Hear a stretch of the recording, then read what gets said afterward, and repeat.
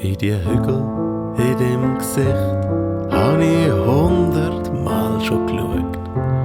Wie eine Landschaft und der Blick verweilt bei jedem Gestrüpp. Jede Wurzel, jeder Berg, jede Runzel in der Erde, wo die Zeit reingepflügt hat, spüre ich mit den Fingern.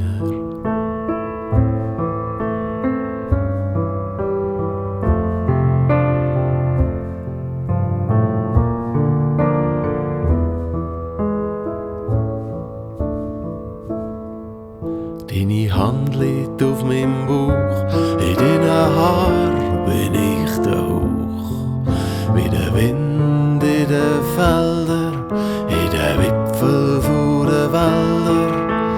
Dunkel ist dein Geruch von Moos und wilden Tieren. Und alte Sagengestalten kommen mir in den Sinn.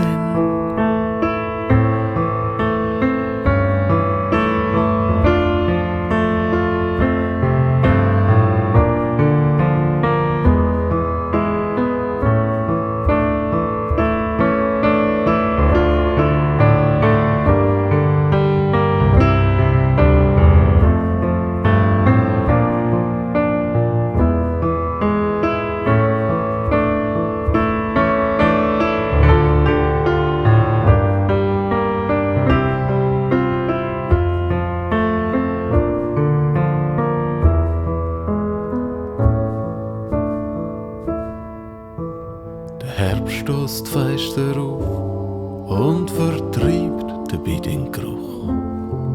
Nur der Abdruck von dem Gesicht bleibt auf meiner Brust.